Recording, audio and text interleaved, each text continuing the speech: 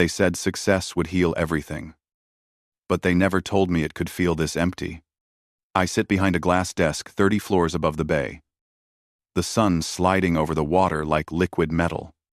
My name is Liam Carter, 32. Founder of Carter & Co. Design Group. One of the fastest-growing green architecture firms in San Francisco. The papers spread across my desk show projects worth millions. Every surface gleams. Every corner screams control. And yet, I can't shake the hollow space in my chest that hums louder than the city outside. It's late afternoon. The kind that turns the glass walls gold. My assistant, Jordan, knocks and pokes his head in. "Boss, you should head out soon. Big weekend coming up." "Right," he says, with a grin that feels borrowed from someone younger. "Lighter." I nod without looking up. "Yeah, something like that." When he leaves, the silence folds back around me. I flip the top folder just to do something. But the letters blur. A notification flashes on my phone. One new voicemail from Oliver Brooks. The name makes my pulse jump.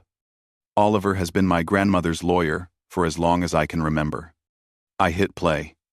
"Liam." His calm voice says, "I'm sorry to inform you that Margaret passed early this morning. She left you a letter. It's important you come to Salem as soon as you can." I stop breathing. The sound of the bay disappears. For a second, the whole world narrows to that sentence. She's gone. I press my fingers against my temples. The hum of the city returns in slow waves. My grandmother, the only person who stayed when everyone else walked away. My throat tightens before I even realize tears are forming. I look at the calendar on my desk, filled with meetings, deadlines, investor calls. None of it matters now. I grab my jacket and keys, ignoring the ping of new emails. The elevator ride down feels endless. In the mirrored walls, I look like someone else.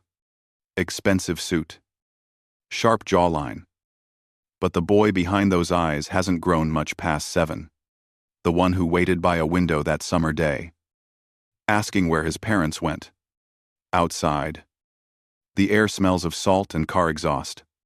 I drive aimlessly at first, just letting the highway swallow me. The voice in my head keeps repeating the same thing: she's gone. And she took my only home with her. 3 hours later, I pull into Salem, Oregon. The sky is low, heavy with spring rain. The house stands at the end of a narrow road lined with overgrown trees. It looks smaller than I remember. The paint has faded. The porch steps creak. But it's still the same place where I learned to build birdhouses and fix a leaky roof. Oliver's car is parked outside. He's waiting by the door. Gray suit, briefcase tucked under one arm. "Liam," he says, his voice softer than usual. "I didn't want to tell you over the phone." But she went peacefully. In her sleep. I nod, unable to speak. Inside, the air carries the faint scent of pine wood and old books. Nothing's changed: the quilt on the couch, the stack of crossword puzzles, the photos on the mantel, my grandmother smiling, her hand on my shoulder at my college graduation. Oliver sets a small wooden box on the kitchen table. "She asked me to give this to you personally." There's a sealed envelope inside. Her words were, and I quote, "He'll know when he's ready. And find this wait." He stays a few minutes longer, explaining funeral arrangements, legal details I barely register. When he leaves, I sit at the table staring at the box. My hands tremble when I reach for it, but I stop short of opening it. Rain begins to fall, tapping against the windows. I can almost hear her voice in the rhythm of it. "Patience, Liam. Some truths need the right time." I stand, pacing the small kitchen. My chest feels too tight. I should open it, I should read what she wanted me to know. But fear pins me in place. What if it changes everything I thought I knew about her? Or about them? The old clock above the stove ticks loudly. I pour a glass of water, take one sip, and set it down untouched. My reflection in the window looks like a stranger trapped between two lives, the man who built something out of nothing, and the child who still doesn't understand why love can vanish overnight. I walk down the hallway toward her room. The door is half open. The bed is neatly made, the air faintly scented with lavender. On her nightstand sits the small lamp she always left on when I stayed over as a boy. Next to it, a framed photo of me at age 8, holding a wooden house we built together. The handwriting at the bottom says, "For Liam, who learns faster than the world expects." My chest aches. I sit on the edge of the bed, running a hand over the quilt. The silence presses in. "Why did you wait?" "Grandma," I whisper. "Why didn't you tell me when you were still here?" There's no answer. Only the steady hum of rain and the ticking clock down the hall. Later, I step outside, the cool air cutting through my suit. The trees sway in the wind. And for the first time in years, I feel small again. I look back at the house, its windows glowing softly in the dusk. Somewhere inside that wooden box sits the truth about my life. I reach into my pocket, feeling the weight of my car keys, then let them drop back in. I'm not ready to leave. Not yet. The night deepens, and the sound of the rain blends with the whisper of the river behind the house. I stand there, motionless, watching the light fade from the sky, knowing that when I finally open that letter, nothing will ever be the same again. The next morning I wake up before dawn, the gray light barely touching the curtains. For a moment I forget where I am. Then the smell of old pine and rain brings me back. The house feels too quiet, as if it's holding its breath. I sit up, my clothes still folded over the chair from the night before. The wooden box waits on the kitchen table, untouched. I look at it but turn away. Not yet. Outside, mist hangs low over the yard. I grab my jacket and step onto the porch, the boards creaking under my weight. The air is cold enough to sting my throat. I walk toward the back of the house where the garden used to be. Grandma's old wind chime still hangs by the shed, its soft sound mixing with the rustle of wet leaves. For a second I can almost see her there, kneeling among the tomatoes, her straw hat tilted back as she tells me to water slowly, not drown the roots. I close my eyes, and suddenly I'm 7 again. That morning in Portland, the light looked the same. I remember the smell of pancakes, the faint hum of the radio. I had a toy truck in my hand when I realized the house was silent. No sound from the kitchen. No coffee brewing. No voices. Just stillness. I called out, expecting Mom's voice to answer from the other room. Nothing. I checked their bedroom. The bed was made. Too neat. On the dresser sat a folded note, pinned under a magnet shaped like a heart. I could barely read all the words, but I knew enough to understand they were gone. At first I thought it was a joke. Maybe they were hiding, planning a surprise. I waited all day, sitting on the porch, my backpack still on my shoulders. The sun moved across the yard and I kept looking at the road, waiting for the car to pull in. When it got dark, I lit a candle the way Mom used to when the power went out. The candle burned low, and the shadows grew long, and I told myself they would walk through the door any minute. They never did. Days passed. I ran out of food and started drinking tap water to fill my stomach. The phone rang once, but I was too scared to answer. I didn't want anyone to know they were gone. If the police found out, they might take me away. So I acted normal. I went to school.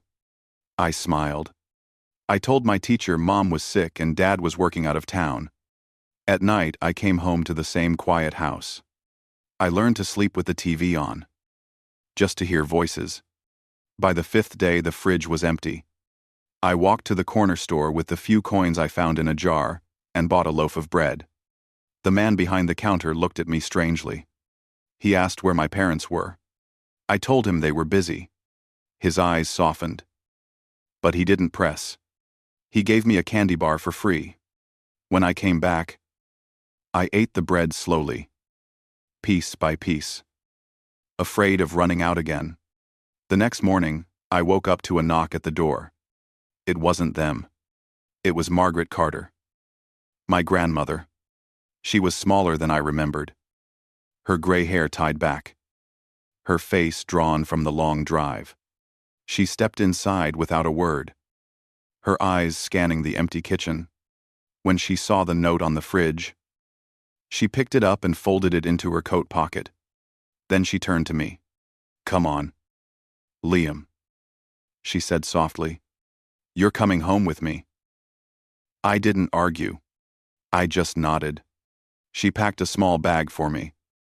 Some clothes, my favorite book, and the toy truck. Before we left, I looked at the fridge one last time. The heart-shaped magnet still clung to the metal, holding nothing. Her house in Salem felt like another planet. It smelled like soap and cinnamon. There was an old clock that chimed every hour, and a cat named Whiskey who refused to come near me for weeks. The first night I slept in a real bed, under a quilt she said her mother had made. She sat at the edge of the bed and asked if I wanted her to read something. I shook my head. She turned off the light but left the door cracked open. I remember lying there, staring at the hallway light, wondering if Mom and Dad were staring at a different light somewhere else. Days turned into weeks. Grandma made sure I went to school, brushed my teeth, said thank you. She was strict, but gentle. Every morning she'd say, "You can't change what people do, Liam, but you can decide who you'll be because of it." I didn't understand then, but those words stuck. One evening she called me into the kitchen. A small cake sat on the table, candles flickering. My 8th birthday. She sang softly, a little off-key. When the song ended, I stared at the candles. "Go on," she said. "Make a wish." I hesitated. I didn't want to tell her my wish was for my parents to come back. I just blew out the candles and smiled the way she needed me to. That night, when she thought I was asleep, I heard her crying in the living room. I crept down the hall and peeked through the crack of the door. She was holding a picture of my father, the same one that now sits on her dresser. Her shoulders shook as she whispered something I couldn't hear. Years later, I realized that was the night she decided to keep the truth from me. Maybe she thought she was protecting me. Maybe she was protecting him. The sound of wind brings me back to the present. I'm standing in her garden again, my shoes wet from the dew. The air tastes like memory. Behind me, the screen door squeaks open. It's Oliver. "I thought you might still be here," he says, stepping onto the porch. "There's coffee inside if you want it." "Thanks," I answer, my voice rough. He studies me for a moment. "She loved you. You know, more than anything. She never stopped talking about you." I nod, unable to look at him. I know. He leaves me there, the screen door closing with a soft thud. I stay in the garden a long time, watching the light shift through the trees. Somewhere inside the house, the clock chimes 9 times.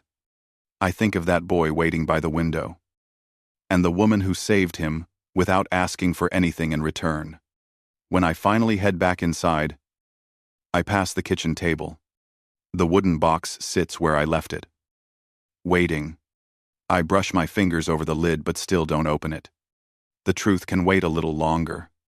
The rain starts again, gentle at first, then steady. I make a pot of coffee the way she used to.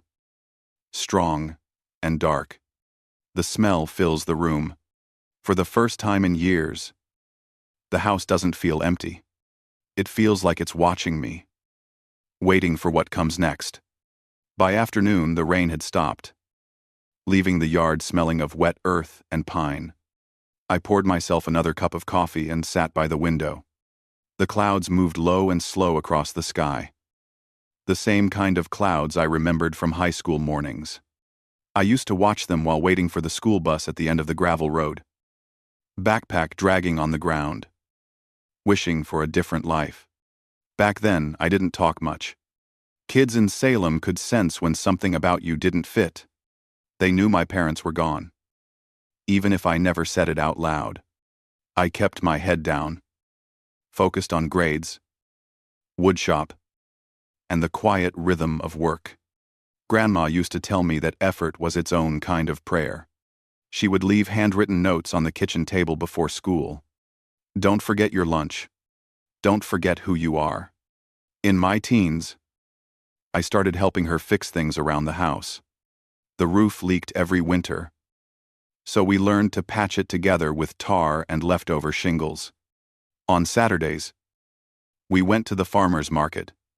She'd buy peaches and talk with neighbors about things that never mattered much but made the world feel normal. She had a way of pretending everything was fine, even when it wasn't.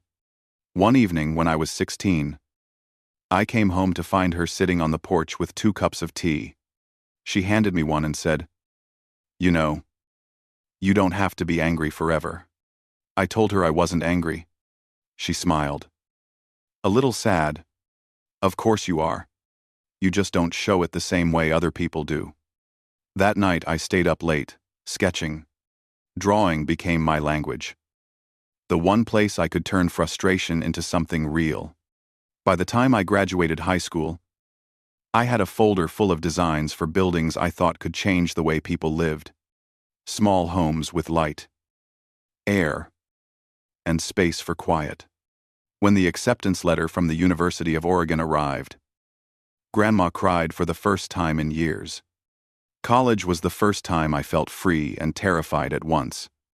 I worked part-time at a construction site, saved every dollar, and sent some home. Grandma refused to cash my checks. She mailed them back with notes written in blue ink. "Keep this for your future. Mine has already been good enough." I visited her every few months. She'd always be waiting at the bus station with a paper bag of sandwiches and that same smile. We'd sit on the porch and talk until the sun dropped behind the trees.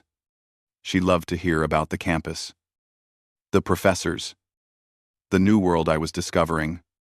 But sometimes, she'd fall quiet, staring at me as if trying to memorize my face.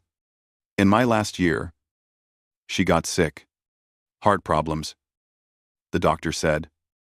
But she hid it well. She refused to let me drop classes or come home. I still remember the call one afternoon in early spring. Her voice was calm. "Just a little dizzy spell.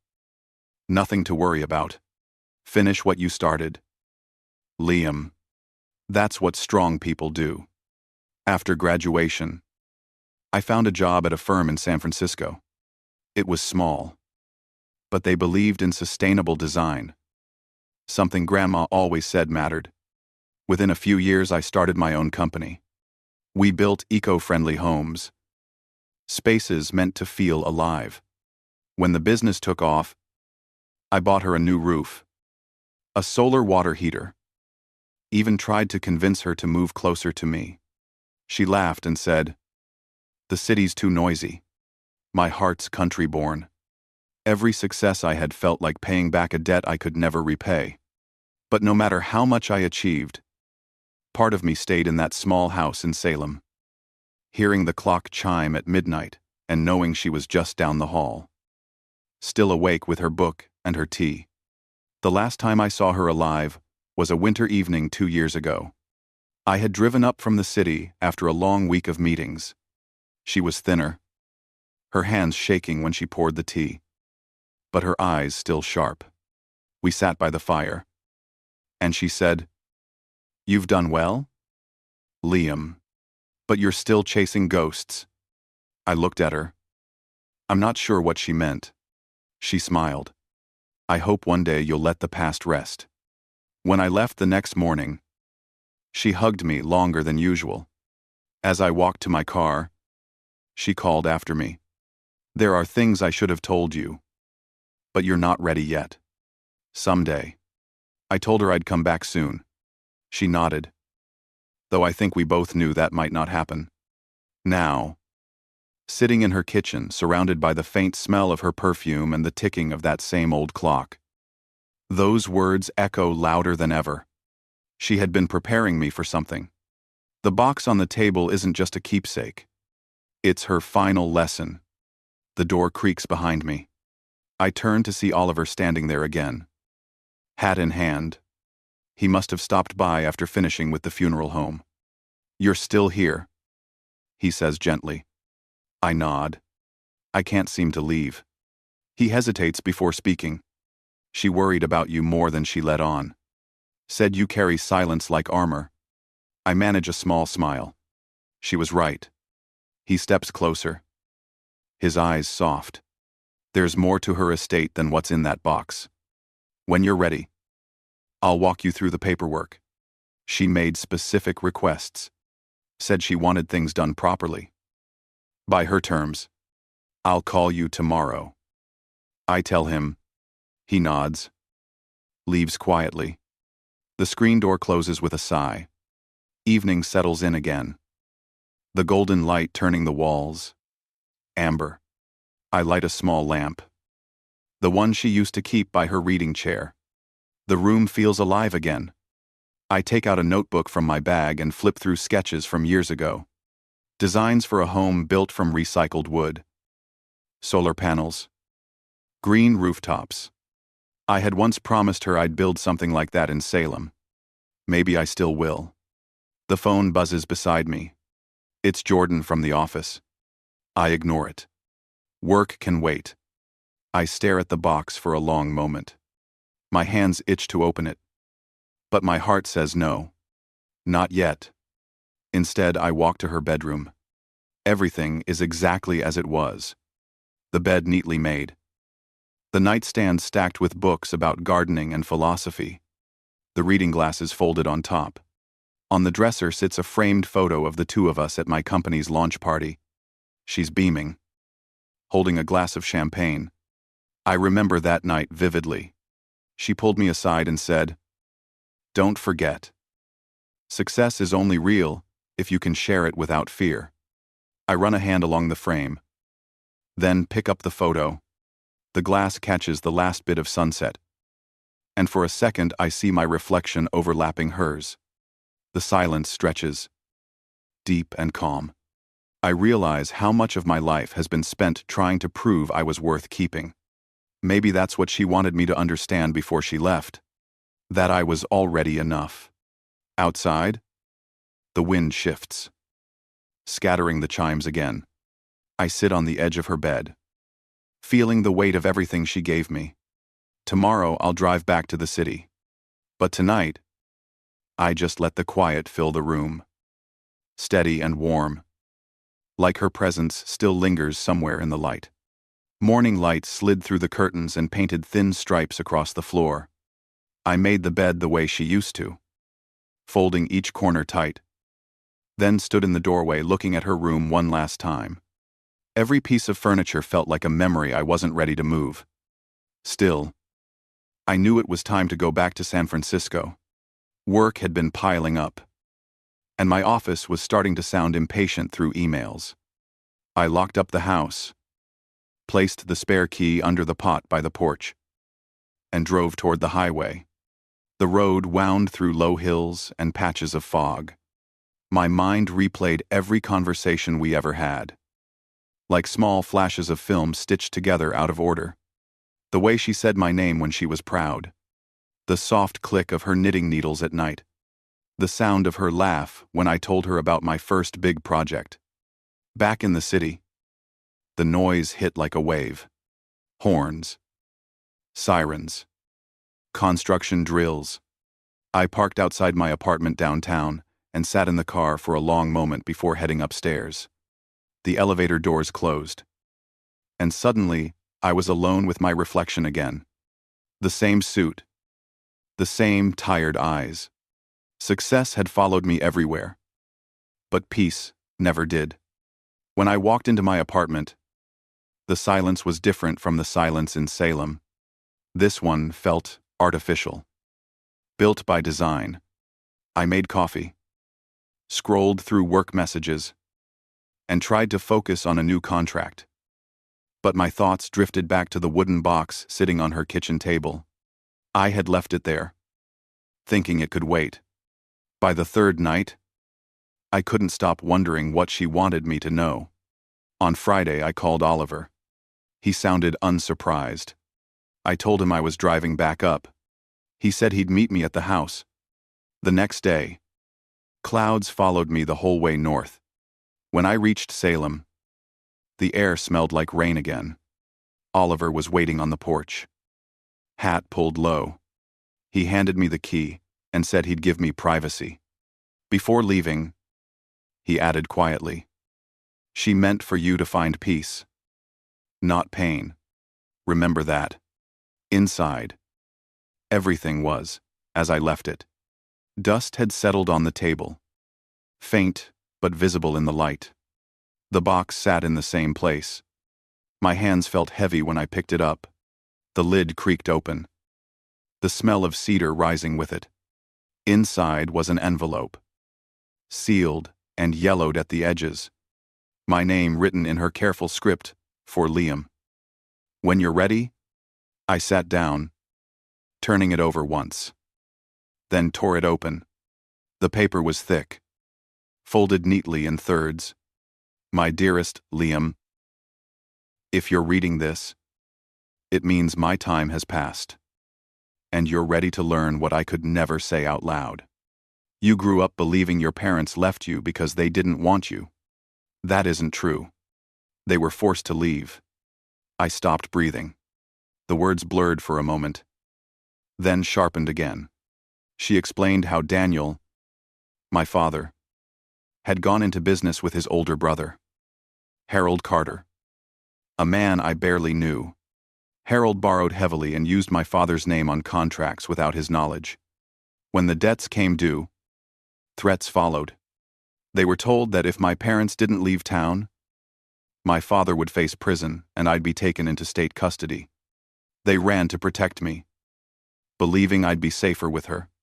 She wrote that she found out later that my father had tried to come back, but Harold intercepted every letter. She never told me because she didn't want me to carry their mistakes. She wanted me to build my own life, not one made of anger. At the bottom of the page, she had added a second note. Smaller handwriting. "You may hear from Harold's family soon. There are things they'll try to claim that are not theirs. Everything I owned, including my shares of Carter & Co., belongs to you. Be careful. My love." The truth is sometimes louder than you think. I read it twice, then a third time. My pulse pounded in my ears. I didn't know what to feel. Anger, confusion, disbelief. The room seemed smaller, the air thick. I folded the letter back into the envelope and set it on the table. For a long time I just sat there, staring at it, my hands shaking. Eventually I stepped outside for air. The yard was quiet, except for the sound of wind moving through the pines. I leaned against the railing, trying to make sense of it all. My parents hadn't abandoned me. They had been trapped, manipulated. My grandmother had carried that secret for 25 years. The crunch of tires on gravel pulled me from my thoughts. Oliver's car rolled up the drive again. He climbed out, holding a manila folder. "There's one more thing," he said. "She wanted me to give you these documents." He placed the folder in my hands. Inside were property deeds, stock certificates, and a copy of the company's registration papers. My name was listed under hers as beneficiary. I stared at the documents. My company, Carter Co., had been started with her help. I thought her investment was small, a loan she'd saved from teaching. But this said she owned a third of it. And now it was mine. Oliver cleared his throat. You should also know that Dean Carter, Harold's son, contacted me last week. He's challenging her will. Claims the assets were meant to stay within his branch of the family. I felt something tighten in my chest. Dean. I'd met him a few times at business events. He was polished, charming, and fake in all the ways that came easy to him. What does he want? I asked. Control. Oliver said simply. He left soon after, promising to call when the paperwork reached probate court. When the sun began to set, I went back inside. The house felt different now, like it was holding its breath again. I sat on the floor beside the table, the letter open in front of me. I could almost hear her voice. You can't change what people do, Liam, but you can decide who you'll be because of it. I folded the letter, slipped it into my jacket pocket, and looked around the kitchen one last time. The place that had once been my refuge now felt like the beginning of something else. I turned off the lights, locked the door, and stood on the porch as darkness settled over the fields. For years, I'd built a life from the fragments she gave me, believing that was enough. Now the pieces were shifting again, revealing a truth that refused to stay buried. As I walked to my car, I caught my reflection in the window. The man staring back at me didn't look lost anymore. He looked ready. Monday morning hit like a storm. I was back in San Francisco, standing outside the glass doors of Carter & Co. My name printed across the metal plaque beside them. The reflection staring back at me looked calm, but inside everything churned. I had spent the weekend reading Grandma's letter again and again, memorizing every word. Now, I had to face what came next. Inside the lobby, the air was sharp with the smell of fresh paint and coffee. Employees moved quickly, talking in low voices. My assistant Jordan met me near the elevators. He looked nervous, eyes darting toward the upper floor. Dean's here, he said quietly. He's been in your office since 8. Of course he was.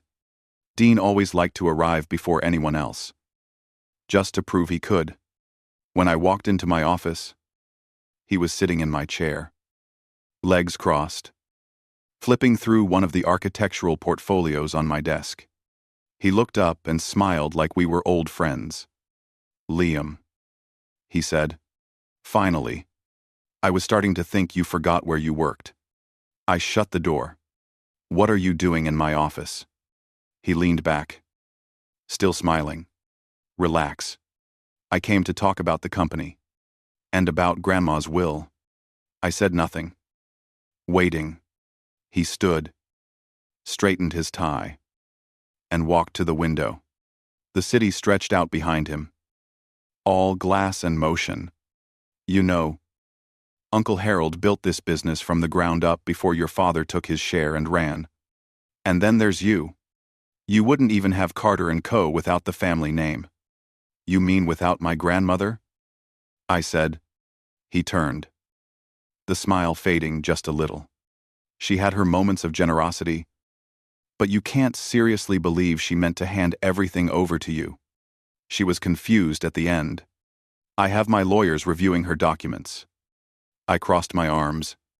I read the documents. Her wishes were clear. Dean's voice sharpened. You think a letter and a few dusty signatures make you a Carter. You're nothing but a charity project.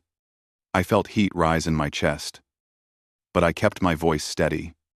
You're talking about the woman who raised me. Watch your mouth. He smirked, stepping closer. We'll see what the courts think. He brushed past me and left, the sound of his expensive shoes echoing down the hall. For the next week, the tension in the office grew thick. Dean sent out memos without my approval, rearranged project leads, and whispered to board members. Rumors started to spread that I had falsified company expenses to cover personal investments. It was an old tactic: discredit first, strike second. By Thursday, I received an email from the Corporate Ethics Board requesting an internal audit. My stomach dropped. Dean had moved faster than I thought. That night, I stayed late, reviewing documents, cross-checking every transaction. Nothing was out of place. But lies move quicker than truth. Around midnight, my phone buzzed. The number was unfamiliar. "This is Grace Miller from the Chronicle." The voice said, "I'm writing a piece on local architecture firms under review. I'd like your comment." I almost hung up, but something in her tone stopped me. Calm. Firm. Not like the vultures who usually called. "You sound too polite to be a reporter," I said. She laughed softly. "That's because I'm not trying to destroy you. Not yet. Anyway, can we meet off the record?" The next morning, we met at a cafe near the Embarcadero. Grace was younger than I expected. Late 20s maybe. Hair pulled back. Sharp eyes that missed nothing. She ordered black coffee and set a recorder on the table. Then pushed it aside. "Off the record means off," she said. "Tell me why your cousin's feeding the press stories about financial misconduct." "So you've talked to him?" I said. "I've talked to everyone," she replied. "But you're the only one who hasn't said a word. That usually means someone's hiding the truth or trying to protect it. Which one are you?" I stared at my cup. "Maybe both." I told her enough to give shape to the story without revealing everything. About the family. The inheritance. The letter. Her expression softened when I mentioned Grandma. "You think he's trying to take the company?" she said. "I don't think. I know." She tapped her fingers on the table. "Then let's find proof." Over the next few days, Grace and I went through public records, legal filings, anything linked to Dean or his branch of the family. It didn't take long to find patterns. Fake invoices, shell accounts, quiet transfers to real estate deals in Los Angeles. He was bleeding the company from inside while pointing the finger at me. One night, we met in my office to go through the last batch of files. The city lights shimmered through the window, turning the papers gold and silver. Grace leaned over my desk. Her brow furrowed. "If we can link these transactions to his personal account," she said, "it's over for him." She found it before I did an email trail connecting Dean's assistant to a fake vendor account. I stared at the screen, the proof glowing right in front of us. Relief hit first, then anger. Deep and cold. I picked up my phone. "Oliver needs to see this." Grace placed a hand on my arm. "Wait until morning. Let it sit. If you act now, he'll know you're onto him." I nodded reluctantly. She was right. The next morning, I forwarded everything to Oliver with a single message: "Found what we need. Call me." That afternoon, Dean stormed into my office. Face flushed. "What the hell do you think you're doing?" I looked up slowly. "Good morning to you too. Don't play stupid. You've been digging where you don't belong." "You mean in my own company?" He slammed his hands on the desk. "You're finished. Liam, you hear me, finished." I stood, keeping my voice calm. "If you're so sure, maybe we should let the court decide." For a moment he said nothing, eyes burning. Then he laughed, short and cold, and walked out. That evening Oliver called. The audit results came back clean for me. Dirty for Dean. Fraud. Embezzlement. Forgery. He was being summoned to a hearing. I sat in my car for a long time after the call ended. The city outside was a blur of lights and motion. Grandma's voice played in my head again. "You can't change what people do. Liam, But you can decide who you'll be because of it. I gripped the steering wheel until my knuckles went white. I wasn't the scared kid waiting by the window anymore. This time, I was ready to fight for what she left me. The rain started again. Soft at first, then steady. I turned on the wipers and drove into the dark. Not sure where the road would take me next, but knowing there was no turning back now. The following days blurred into a mix of meetings, legal calls, and headlines. News of the investigation into Dean spread through the local business press faster than I could contain it. Some outlets painted him as a visionary undone by greed. Others called it a classic case of family betrayal. Either way, Carter & Co. was back in the spotlight, and I was the one standing in it. I barely slept. My phone vibrated constantly. Messages from lawyers, board members, and reporters all demanding clarity. Grace texted only once. "He's losing control of the story. Be careful." That was the night I decided I couldn't just defend myself. I had to take back everything my grandmother built. The hearing was scheduled for Friday morning at the San Francisco County Courthouse. I arrived early, dressed in a charcoal suit that suddenly felt too tight. Oliver met me at the entrance, carrying a thick folder. His expression was calm, almost reassuring. "Everything's in here," he said. "The audit reports, the emails, the bank transfers. It's airtight." Dean arrived 10 minutes later with his lawyer, a man whose smile looked carved from marble. Dean didn't look at me, but I saw the tension in his shoulders. For the first time, he seemed unsure of himself. Inside, the courtroom buzzed quietly with reporters and a few company employees who had slipped in out of curiosity. The judge entered. The murmurs stopped, and the proceedings began. Dean's attorney went first, painting him as the victim of a misunderstanding. A few misplaced accounts, clerical errors, confusion over shared assets. Nothing malicious. When my turn came, Oliver stood and laid out the evidence piece by piece. Each document, each email, each transaction formed a chain that pulled Dean tighter into the truth. Then came Grace's statement. She had been subpoenaed after her article exposed the inconsistencies in Dean's public statements. She spoke clearly, her tone steady. The facts matched perfectly with the documents we had found. By the time she stepped down, Dean's lawyer looked pale. When the judge adjourned for deliberation, the room exhaled as one. Dean sat frozen, eyes unfocused, as if the ground beneath him had finally given way. I didn't feel triumph, only a hollow sort of calm. Outside, the air was crisp. Reporters surrounded me the moment I stepped out. Questions flew from every direction. I said nothing, walking straight to my car. Oliver followed, catching up as I reached the door. "It's done," he said quietly. "They'll rule in your favor." I nodded. Maybe now the company can breathe again. That evening, I went back to the office. The building was nearly empty. Just the hum of lights and the low whir of computers left running overnight. I walked the halls, remembering my first day there. The sense of awe I felt standing in a place my grandmother had helped build. Every success I'd had since then carried her fingerprints. In my office, I turned on the lamp and sat behind the desk. The city glowed outside, reflections rippling across the glass. For the first time in months, it felt quiet.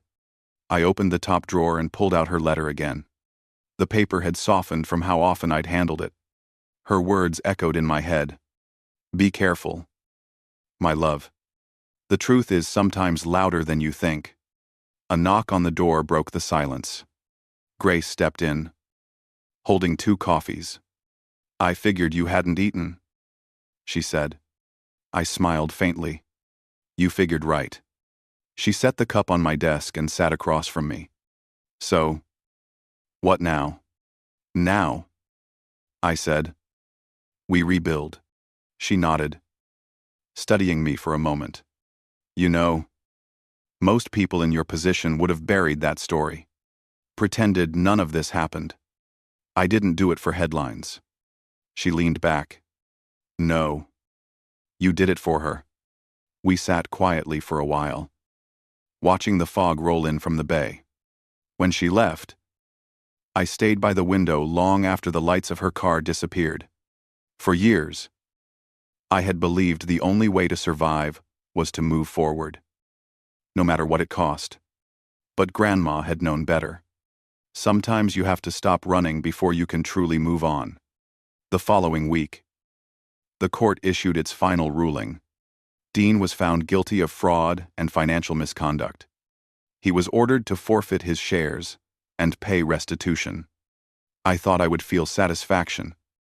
But what came instead was a strange mix of relief and sorrow. The name Carter had always been tied to ambition, pride, and loss. Now it carried something heavier. I spent the next few days cleaning house. Dean's allies resigned or were removed. And I brought in new leadership. People who believed in what we once stood for. I renamed the firm Carter Design Group.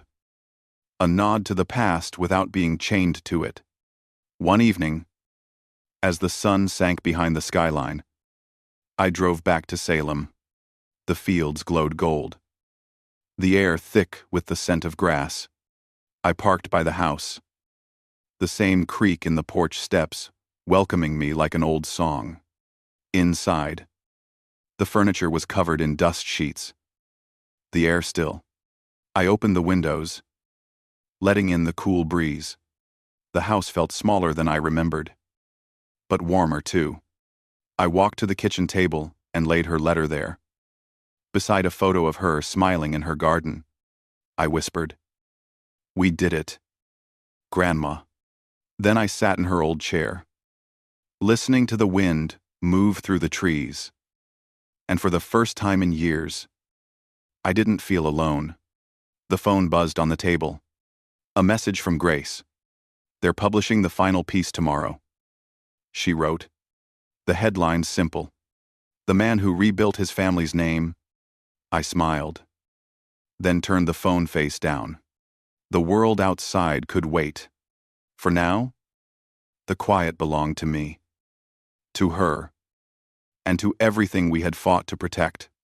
The morning light filtered through the kitchen window, catching the dust that floated in the air. I poured coffee into the same chipped mug Grandma used to keep by the sink. The quiet of the house felt softer now. Not empty anymore, but full of something settled. I took my cup outside to the porch, where the boards groaned under my weight, and looked out at the open field. Mist still clung to the grass, curling and breaking apart in the breeze.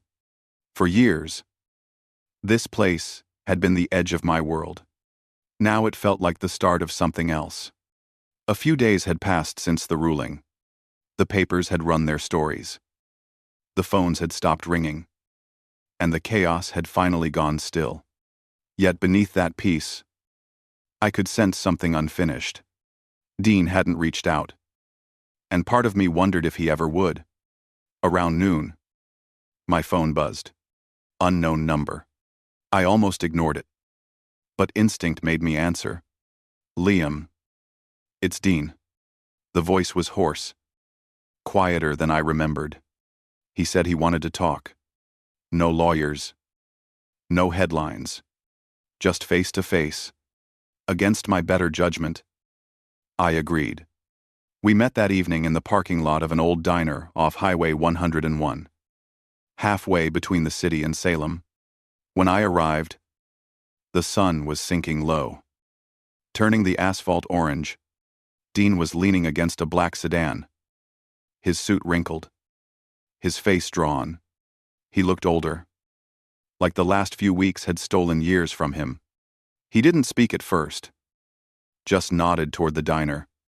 We went inside and sat at a booth near the window. The waitress brought 2 coffees without asking, probably sensing the weight in the air. Dean stirred his cup. Eyes on the table. You got what you wanted, he said finally. Congratulations. I didn't respond. He looked up. His expression a mix of anger and exhaustion. You think you're better than me because Grandma loved you more. This isn't about love, I said quietly. It's about what you did. He laughed under his breath. What I did? You think this family wasn't built on lies long before I came along? You think your father was some saint? I leaned forward. Whatever my father did, Grandma tried to fix. You destroyed everything she stood for. He looked out the window. His reflection, framed by the fading light. You sound just like her. Always preaching about integrity while judging everyone else. She hid plenty from you. You know. The words hit like a small crack in glass. What do you mean? He turned back. Eyes sharp again. Harold wasn't the only one who ruined your parents. Grandma made them leave. She forced them out to protect her reputation. That's not true. He shrugged. Believe what you want. But she made deals with Harold behind your father's back. Ask Oliver. He handled her estate. He'll confirm it. For a moment, neither of us spoke. The waitress refilled our cups. The clink of ceramic loud in the silence. If you're lying, I said slowly, you've got nothing left to lose. But if you're telling the truth, why say it now? Because, he said, I wanted you to know before you make the same mistake. You think you're better than this family. But you're still a Carter. You'll end up like the rest of us. Alone. Righteous. And miserable. He stood, tossed a few bills on the table, and walked out. I sat there staring at the dark surface of my coffee, the reflection shaking slightly from my unsteady hand. The drive back to Salem was a blur of headlights and rain. I kept replaying his words, trying to separate truth from venom. When I got home, I went straight to the desk and called Oliver. He answered on the second ring. I need you to be honest with me. I said, did Grandma ever make a deal with Harold? There was a pause long enough to make my chest tighten. She did, he said finally. But it wasn't what you think. Tell me. Harold came to her after your parents left. He offered to sell back part of the company in exchange for her silence about the fraud. She agreed. Not to protect herself, but to preserve what was left for you. She never trusted him again. But she knew the truth would destroy what your parents had sacrificed for. I leaned back in the chair, closing my eyes. So she carried that lie for the rest of her life. She carried it to protect you. Oliver said softly, she wanted you to build something new. Not drag the old sins along with you. When the call ended, I sat in the dark for a long time. The rain tapped softly against the window. Every story I'd been told about my family twisted into something more complicated. But instead of anger, I felt something else. Acceptance. Maybe. The kind that comes when you stop expecting the past to be simple. The next morning, I drove to the coast. The highway curved along the cliffs, waves breaking against the rocks below. I parked at a small overlook where Grandma used to bring me as a kid. I stood at the edge, the wind cold against my face, and finally spoke aloud. I know now. Grandma, you did what you had to. So did they. So did I. A gull wheeled overhead, crying out into the gray sky. I stayed until the tide turned, the sea swallowing the rocks one by one. When I got back to the car, my phone buzzed again. A message from Grace. Heard about Dean. He's leaving the country. No charges beyond restitution. You okay? I typed back.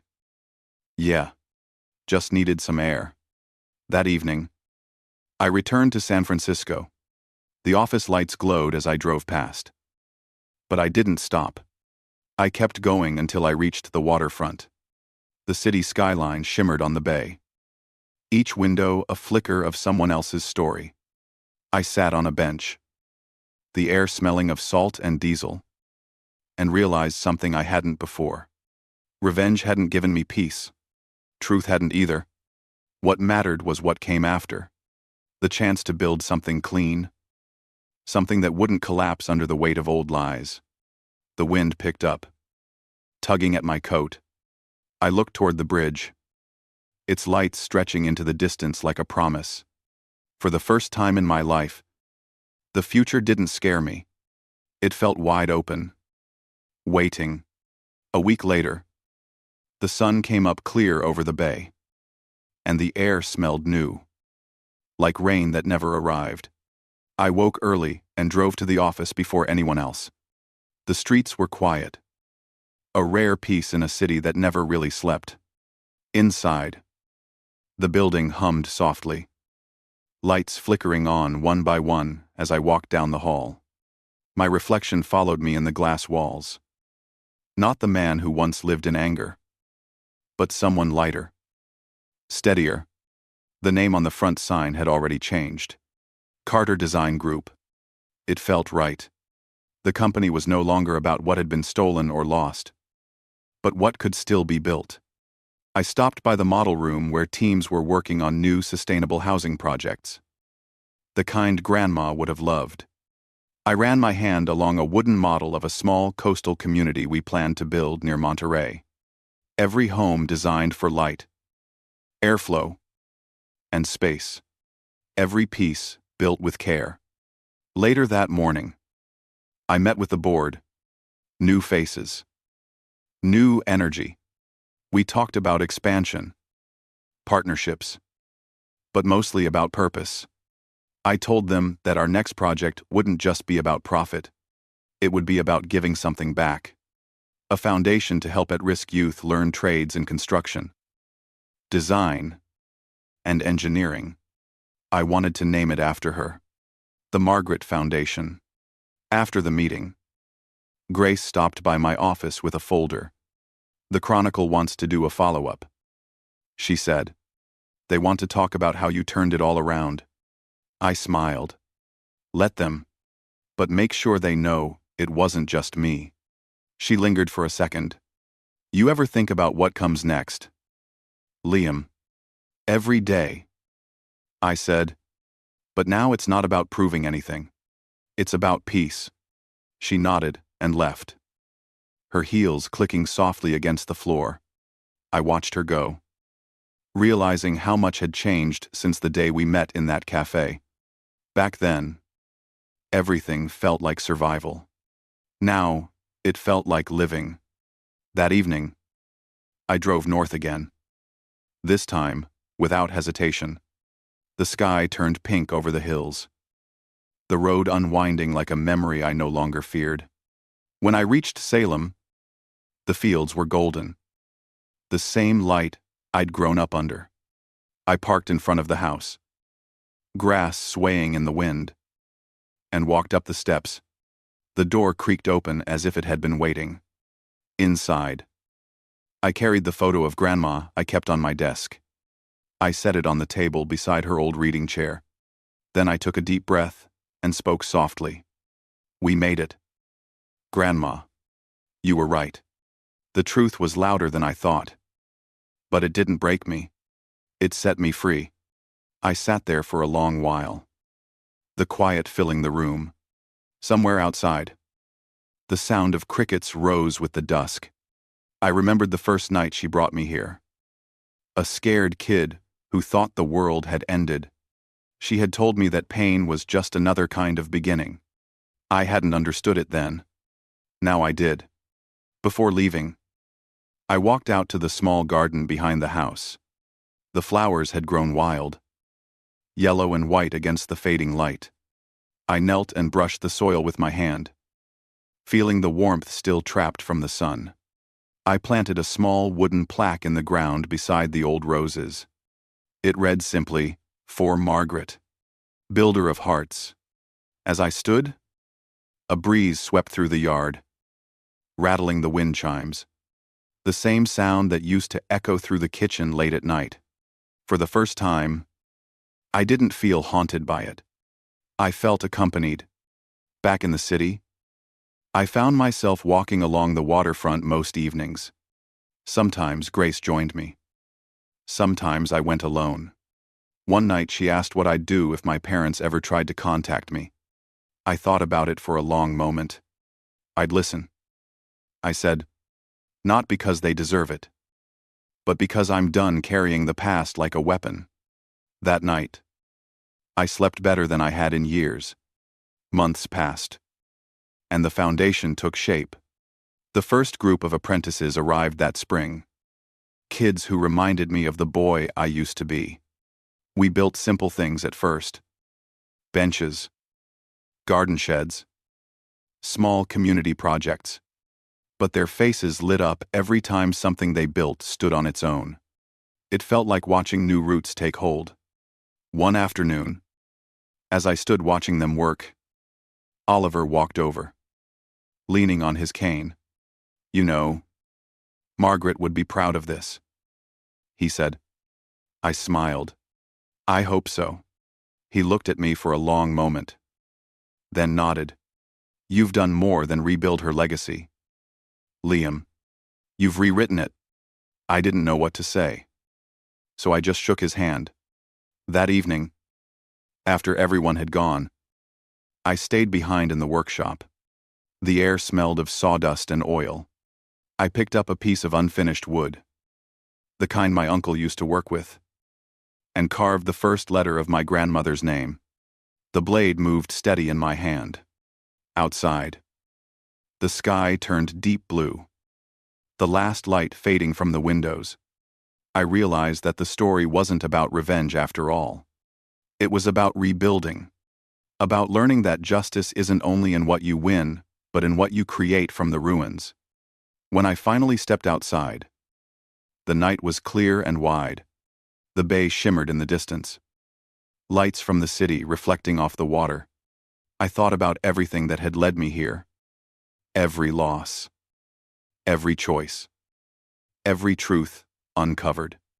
I walked down to the shoreline, shoes sinking slightly into the sand, and let the water brush against my feet. The waves came in slow, steady, and for the first time in my life, I didn't fight them. I just let them come. If you've stayed with me this far, maybe you understand what I didn't for a long time. That sometimes life breaks you just to see what you'll build afterward. And maybe, just maybe, the second version of your story is stronger than the first. If this story touched you, share it with someone who needs to hear it. Leave a comment. Tell me your thoughts. Or subscribe if you want to walk through more stories like this one. Every story we rebuild together makes the next one a little stronger.